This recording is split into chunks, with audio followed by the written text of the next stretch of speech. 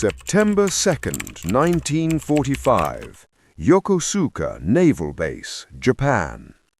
Private First Class James Davis stood at attention in his Marine Corps dress uniform, watching Japanese officers approach to formally surrender the naval base. His rifle was perfectly positioned. His bearing was parade ground sharp. He looked like any other Marine in the honor guard. Except James Davis wasn't supposed to exist. The United States Marine Corps had a policy that was absolute and unambiguous. No black Americans would serve as Marines, not in support roles, not in segregated units, not under any circumstances. The Marine Corps was the only branch of the American military that completely excluded black men. This wasn't informal discrimination. This was official doctrine defended by Marine Corps leadership with arguments about unit cohesion, combat effectiveness, and preserving Marine traditions. Commandant Thomas Holcomb had stated explicitly in 1941, "The Negro race has every opportunity now to satisfy its aspirations for combat in the Army, a very much larger organization than the Navy or Marine Corps, and their desire to enter the naval service is largely, I think, to break into a club that doesn't want them." Translation: Black Americans weren't wanted in the Marines, and the Marines would fight to keep them out. But in June 1942, facing wartime personnel demands and direct presidential pressure, the Marine Corps reluctantly accepted black recruits. The emphasis was on reluctantly. The Corps created the most restrictive, segregated, and deliberately humiliating program possible while technically complying with integration orders. Private First Class James Davis was one of the first 1,000 black men to break the Marine Corps' color barrier. He'd endured training designed to make him quit. He'd survived racism so systematic it made Army segregation look benign by comparison. He'd proven himself in combat in the Pacific, despite being assigned to support roles that kept black Marines away from frontline glory. And now he stood in Japan, part of the force accepting surrender from an enemy that had fought the most brutal Pacific campaign in history. The Japanese officers walked past the honor guard. One paused, looking directly at Davis. The officer's expression showed confusion, then what might have been respect. He'd been told Americans were racially superior. He'd been told the U.S. military was an all-white force representing Aryan strength. But here was a black Marine, in dress blues, with combat ribbons, representing the nation that had just defeated Japan. The Japanese officer saluted. Davis returned the salute with perfect precision, a moment of acknowledgement between enemies, one that the Marine Corps had tried very hard to prevent from ever happening.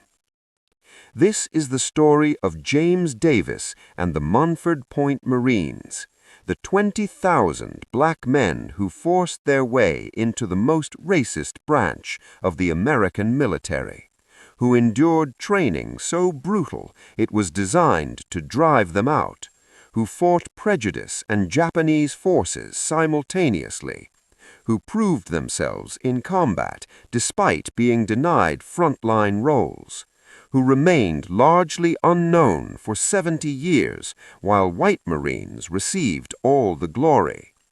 This is the story of how the Marine Corps fought harder to keep black Americans out than they fought some Pacific battles, and how those black Americans became Marines anyway, by being tougher than the racism trying to break them. In 1941, the United States Marine Corps was the smallest, most elite, and most racially exclusive branch of the American military. 54,000 Marines total. 0 black Americans. This wasn't an oversight. This was deliberate policy defended at the highest levels. When civil rights organizations pressured the Roosevelt administration to integrate the military in 1941, the Marines resisted more fiercely than any other branch. The Army had black units, segregated and discriminated against, but they existed. The Navy accepted black sailors in segregated mess steward roles, but they were present. The Army Air Corps was creating the Tuskegee program, reluctantly, but it was happening. The Marine Corps simply said no. Commandant Thomas Holcomb's position was unequivocal. If it were a question of having a Marine Corps of 5,000 whites or 250,000 Negroes, I would rather have the whites. This wasn't a private opinion. This was testimony before Congress, official policy articulated without shame because Holcomb believed most Americans agreed with him.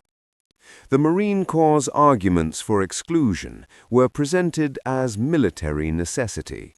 Argument 1. Marine units were small and required perfect cohesion. Introducing racial diversity would destroy that cohesion. Argument 2. Marines fought in the most difficult conditions. Black Americans lacked the physical and mental toughness required. Argument 3. Marine tradition dating to 1775 had always been white. Changing this would undermine esprit de corps. Every argument was racist fiction wrapped in military terminology, but they were effective fiction. The Marine Corps maintained absolute exclusion, while other branches began very limited integration. Then came Pearl Harbor, and suddenly the luxury of excluding capable men for racial reasons became a problem. By mid-1942, the Marine Corps was expanding rapidly, from 54,000 Marines to over 400,000 needed by 1943. The recruiting pool of qualified white men was being depleted. The Corps faced a choice: accept black recruits or fail to meet wartime expansion requirements. On June 25, 1942, President Roosevelt issued Executive Order 8802, directing all military branches to accept recruits regardless of race. The Marine Corps, facing direct presidential order, capitulated. But they capitulated on their own terms. The Corps announced they would accept black recruits but would train them separately in a completely segregated facility under conditions that would maintain Marine standards while accommodating Negro capabilities. Translation: they'd create a training program so harsh that most black recruits would fail, proving the Marines right about racial integration. The location chosen for black Marine training was deliberate: Montford Point, North Carolina, not the main Marine Corps base at Camp Lejeune, not integrated facilities, a separate, isolated training area carved out of swamp and forest on the edge of Camp Lejeune proper. The symbolism was clear. Black Marines would be physically separated from real Marines from the moment they enlisted. Private James Davis stepped off the train at Jacksonville, North Carolina, on September 15, 1942. He was part of the first group of black recruits to report to Montford Point. He and 699 other black men would become the first black Marines in Corps history. Davis had enlisted knowing the Marines didn't want him, had enlisted knowing the training would be designed to break him, had enlisted because the challenge meant something, proving the Marine Corps wrong about black Americans mattered more than the comfort of joining a less hostile branch. The bus from Jacksonville to Montford Point took the recruits past Camp Lejeune proper, the main Marine base where white recruits trained. The facilities were visible through the trees, permanent barracks, paved roads, modern training facilities. Then the bus turned down a dirt road into the woods. The contrast was immediate and deliberate. Montford Point was a construction site, raw land being cleared, temporary wooden barracks, dirt roads, no paved areas, facilities that belonged on a frontier outpost, not at a modern military training base. This was home for the next 8 weeks. The drill instructors waiting for the new recruits were white Marines who'd been assigned to Montford Point against their will. None had volunteered. Most considered the assignment punishment. They'd been told to train black recruits to Marine standards, and they interpreted standards as make it impossible. Staff Sergeant Emil Arguello, the senior drill instructor for the 1st Platoon, made the situation clear during initial formation. "I didn't ask for this duty. I don't believe Negroes can be Marines. The Commandant doesn't believe it. Most Marines don't believe it. You're here because politicians made the Corps take you. My job is to train you to standards. I expect 90% of you to fail. Those who somehow survive will be the poorest Marines in the Corps. Prove me wrong if you can."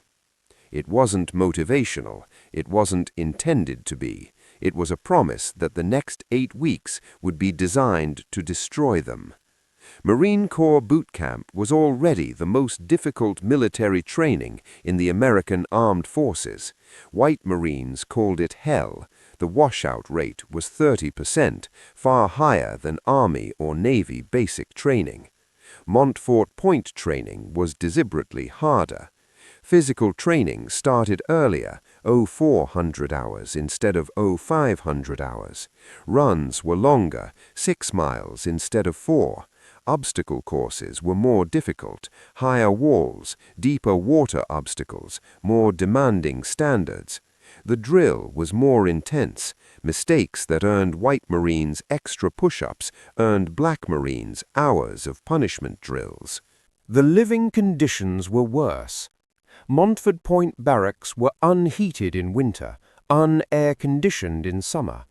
Recruits slept on thin mattresses on metal bunks. Latrine facilities were minimal, 6 toilets for 60 men. Hot water was intermittent. The mess hall served the cheapest food the Corps could provide.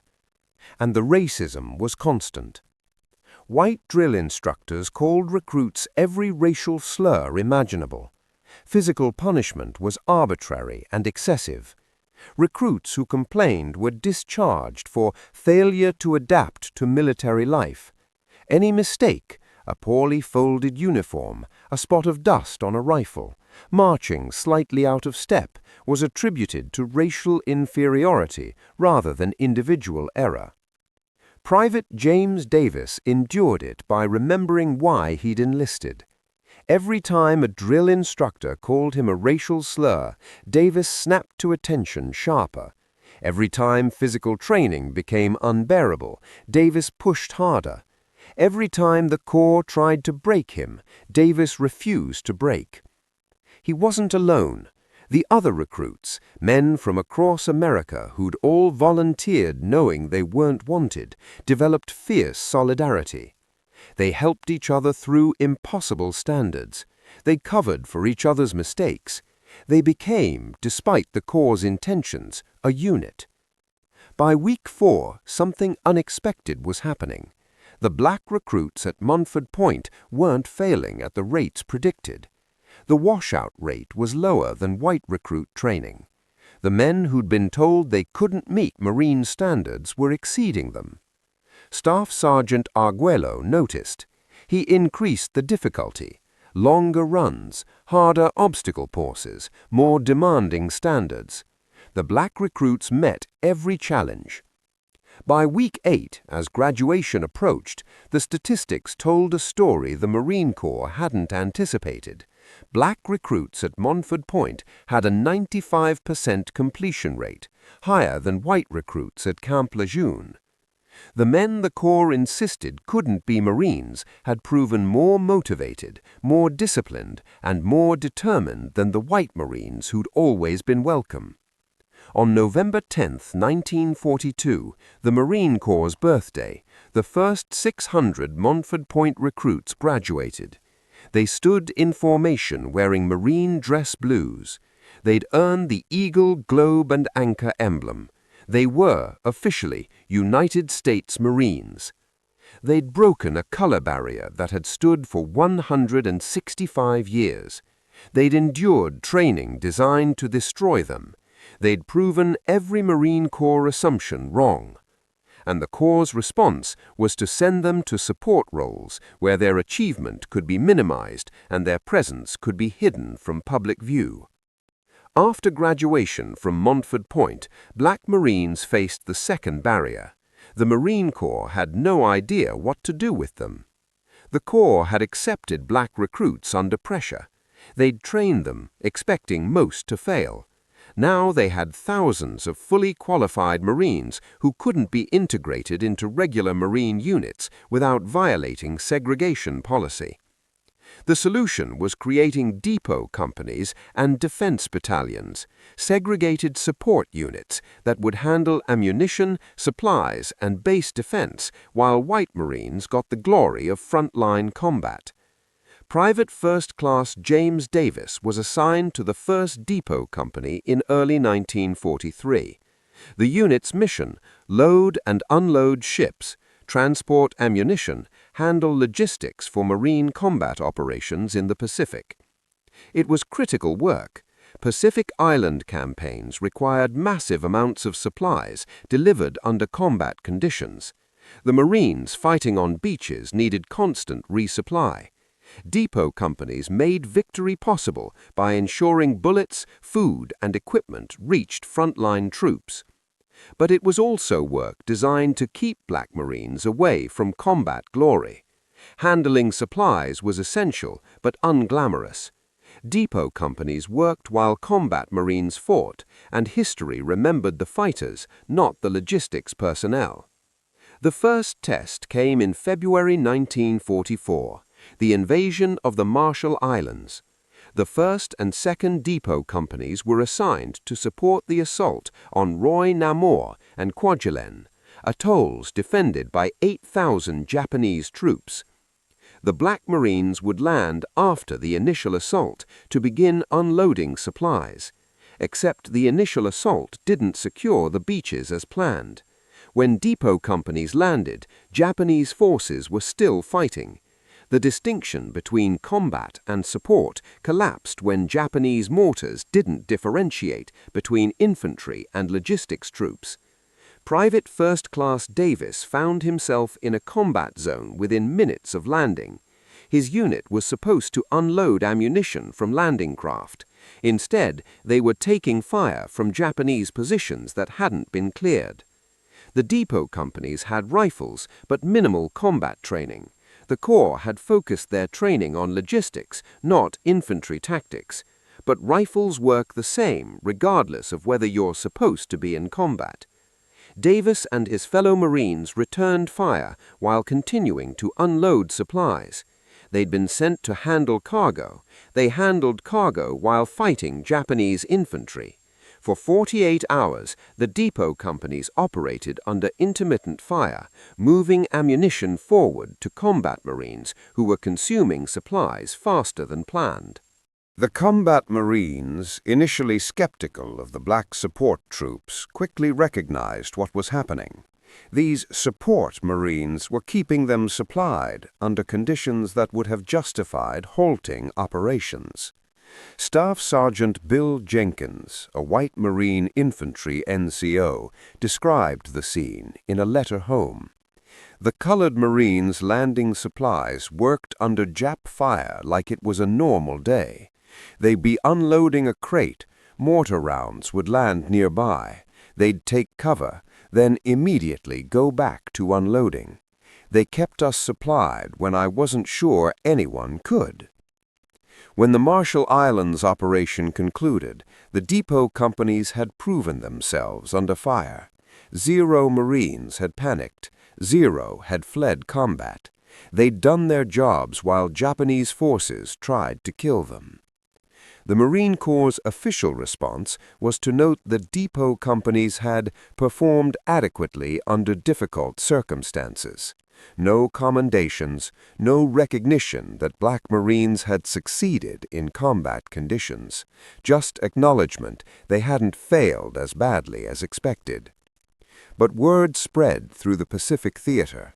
Combat Marines started requesting Black depot companies specifically because they'd proven reliable under fire. The racism didn't disappear. White Marines still didn't want to serve alongside Black Marines, but a grudging professional respect developed. The pattern repeated across Pacific campaigns: Saipan, Tinian, Guam, Peleliu. Each invasion required massive logistic support. Each invasion put depot companies in combat zones where the distinction between support and combat roles blurred. At Saipan in June 1944, the 8th Ammunition Company, another Montford Point unit, landed under fire and immediately began moving ammunition forward to Marine infantry. Japanese artillery targeted the ammunition stockpiles, knowing destroying supplies would cripple the advance. For 3 days, Black Marines moved explosives through artillery fire. One direct hit on an ammunition dump killed 17 Marines instantly and wounded dozens more. The survivors kept working. Private First Class Luther Woodward was awarded the Bronze Star for his actions at Saipan, one of the first combat decorations given to a Black Marine. The citation described how Woodward had rescued wounded Marines from a burning ammunition dump despite explosions happening around him.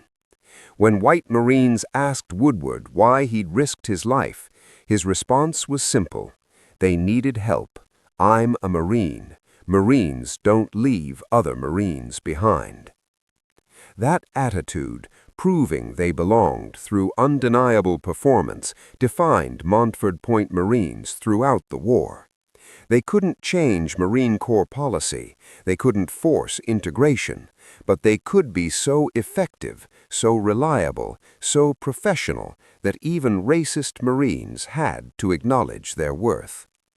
By late 1944, some Marine commanders were quietly requesting integrated operations, not because they'd suddenly become enlightened about race, but because segregated logistics was inefficient. Having separate white and black supply units meant unnecessary duplication and coordination problems. But the Marine Corps leadership refused.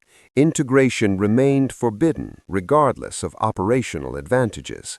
Then came Iwo Jima, and the battle that would prove Black Marines' combat capabilities beyond any possible dispute. February 19, 1945, Iwo Jima. The tiny volcanic island, 8 square miles in area, defended by 21,000 Japanese troops in the most sophisticated defensive fortifications in the Pacific. The battle would last 36 days and become the deadliest in Marine Corps history. Black Marines from multiple depot and ammunition companies landed as part of the invasion force.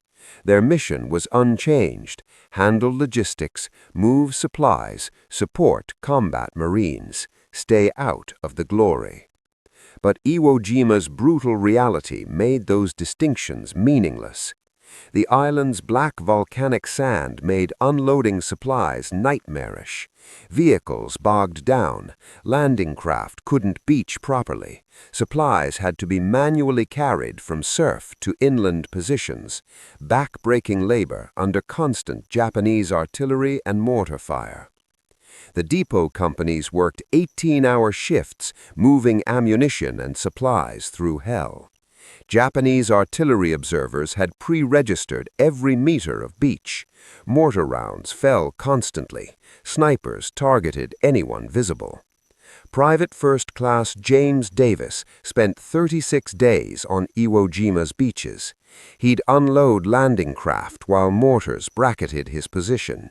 He'd carry ammunition boxes through volcanic sand that sucked at every step. He'd keep working because stopping meant frontline Marines ran out of bullets. The casualty rate among depot companies was staggering.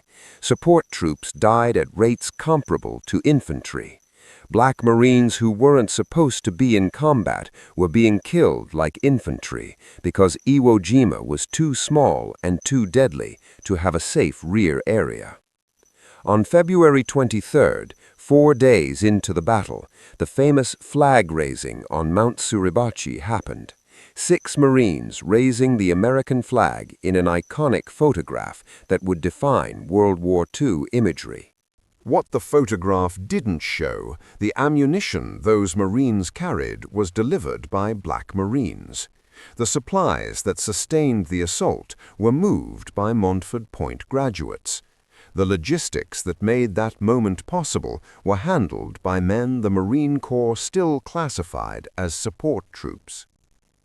Private First Class Archibald Moseley was killed on Iwo Jima on March 3, 1945.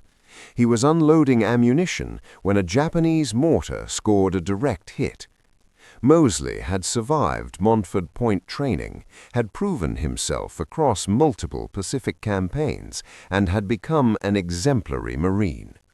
His death was listed in casualty reports as support personnel KIA, not infantry, not front line, support, as if being killed by a mortar while supplying combat troops was somehow less significant than being killed while firing a rifle. The Marine Corps' determination to minimize Black Marines' combat roles persisted even as those Marines were dying in combat conditions.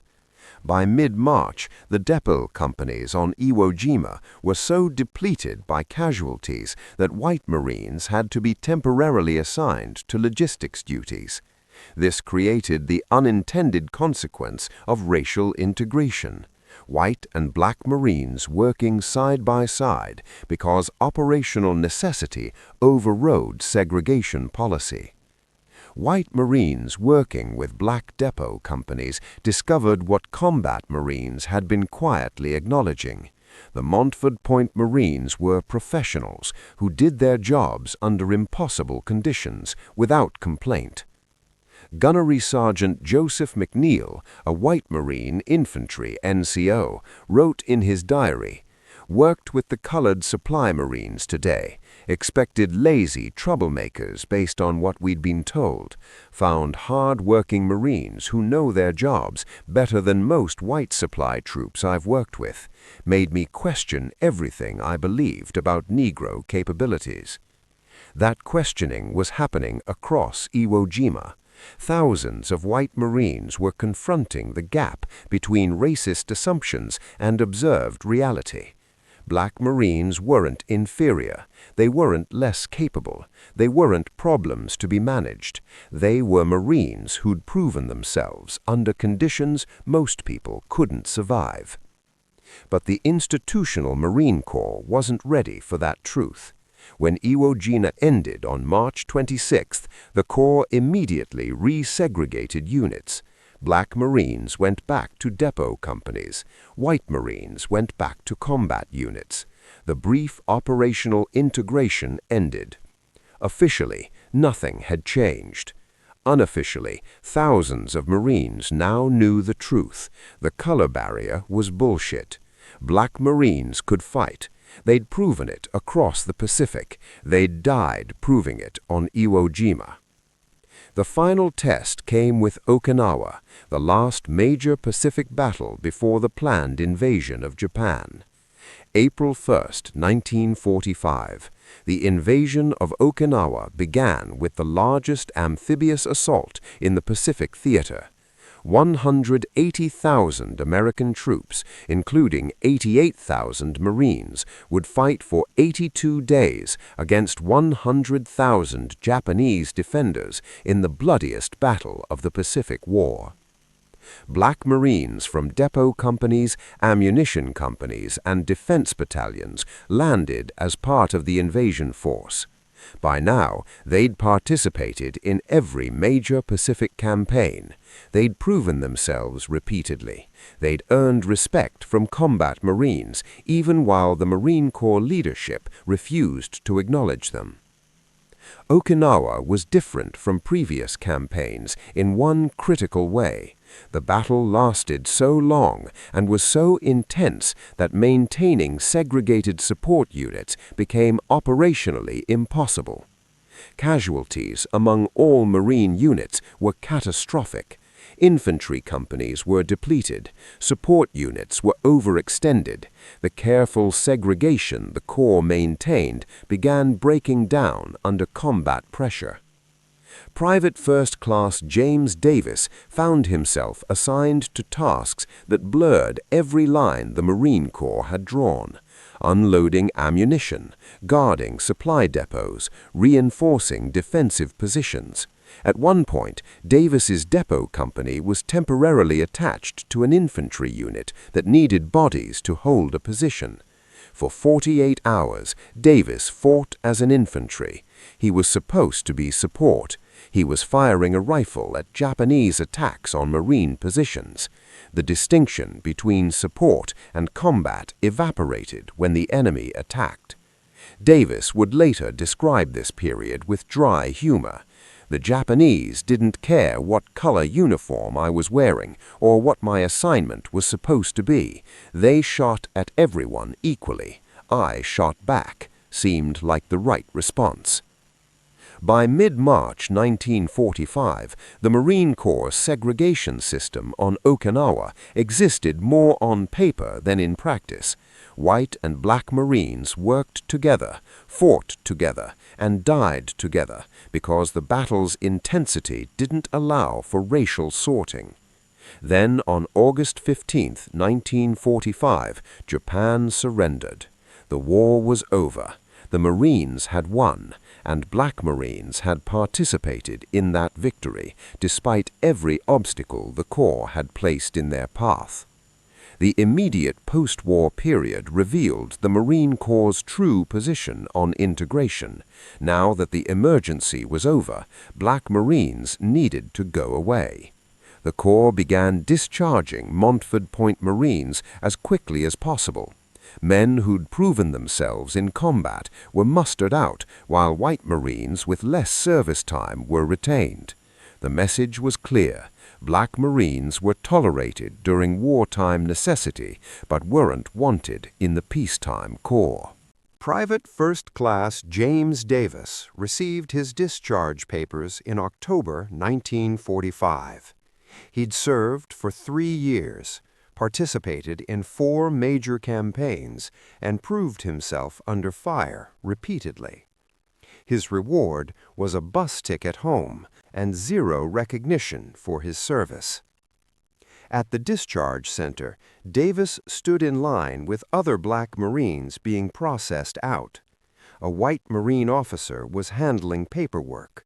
When Davis approached, the officer looked up and said, "You boys did a good job during the war, but you understand the Marines are going back to normal now."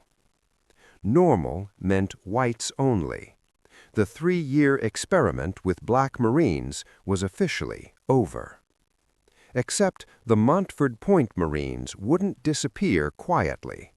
The 20,000 black men who served as Marines between 1942 and 1949 returned to civilian life expecting to be forgotten. The Marine Corps certainly intended to forget them. For decades, official Marine Corps histories barely mentioned Montford Point. When Black Marines appeared in historical accounts, they were footnotes, support troops who'd helped but hadn't really contributed to victory. The combat roles they'd filled, the casualties they'd taken, the respect they'd earned from white Marines who'd served with them, all erased from institutional memory. James Davis returned to Detroit and worked in auto manufacturing. He didn't talk about his Marine service. When people asked if he was a veteran, he'd say yes. When they asked which branch, he'd say Marines. The conversation usually ended there because most people didn't believe Black Marines had existed. In the 1970s and 80s, as civil rights movements pushed for recognition of Black military contributions, researchers began examining Montford Point. They found records the Marine Corps had filed away, after-action reports documenting Black Marines' combat performance, casualty lists showing depot companies had died at infantry rates, letters from white Marines praising their Black counterparts. The evidence was overwhelming. Black Marines had served with distinction despite facing institutional racism worse than any other branch. In 2011, 66 years after World War II ended, Congress authorized the Congressional Gold Medal for Montford Point Marines. It was the highest civilian honor, finally acknowledging what had been denied for 70 decades. The ceremony was held in 2012. Approximately 400 Montford Point Marines were still alive, all in their late 80s and 90s. They gathered in Washington to receive recognition their service had earned 70 years earlier. James Davis, age 91, stood with other survivors. When reporters asked how he felt about waiting 70 years for recognition, his response was measured. "Better late than never, but I wish my buddies who didn't make it could be here. They proved we belonged in the Corps. They died as Marines. They deserved this honor more than those of us who survived." The Congressional Gold Medal citation acknowledged what the Marine Corps had spent decades denying. The Montford Point Marines served with distinction, earned the respect of their fellow Marines, and helped pave the way for full integration of the armed forces. It was official recognition that the Corps' 167-year color barrier had been wrong, that the men who broke it had proven their worth, that Marine history was incomplete without acknowledging their contribution. Today, the Marine Corps tells a different story about Montford Point. The Corps now celebrates those 20,000 pioneers who integrated the Marines. Training facilities honor their memory. Marine Corps museums document their service. The institutional narrative has changed from "we didn't want them" to "we're proud of them." The transformation is genuine in some ways, performative in others. The Corps acknowledges Montford Point Marines because their story is now safe. So far in the past, it doesn't threaten current structures. But the celebration comes 80 years later, after most of the men who lived it are dead. Montford Point itself is now a National Historic Landmark. The training camp where Black Marines faced deliberate discrimination is preserved as a memorial to the men who endured it. Tours explain how the Corps created the most difficult training possible to make Black recruits fail, and how those recruits succeeded anyway. The story resonates because it captures a larger truth about American racism. Institutions fought harder to exclude Black Americans than to achieve their stated missions. The Marine Corps was willing to be smaller, less effective, and operationally compromised rather than integrate. And when forced to integrate, the Corps designed systems to ensure failure, only to discover that Black Americans were more determined to succeed than the Corps was to make them fail. James Davis died in 2019 at age 98. His obituary finally described his full service: Montford Point Marine, Pacific Theater veteran, Congressional Gold Medal recipient. The recognition came in his final years, decades after it should have. But Davis's legacy, and the legacy of all Montford Point Marines, is undeniable now. They proved the Marine Corps' color barrier was founded on lies. They demonstrated that racial integration strengthened rather than weakened military effectiveness. They survived training designed to break them and combat that killed thousands. They became Marines when the Marines didn't want them. And in doing so, they changed what it meant to be a Marine forever. The Japanese officer who saluted Private First Class Davis at Yokosuka Naval Base in September 1945 recognized something the Marine Corps had tried to deny. This Black Marine represented American military power just as much as any white Marine. Enemy soldiers saw it. Combat Marines who served alongside them saw it. Eventually, history saw it. The Marine Corps took 70 years to officially acknowledge what everyone else had recognized decades earlier. The Montford Point Marines were Marines in every way that mattered. They earned the title, they proved their worth, and they did it by being tougher than the racism that tried to destroy them. 20,000 men, 70 years of institutional denial, one truth that couldn't be erased: they were Marines.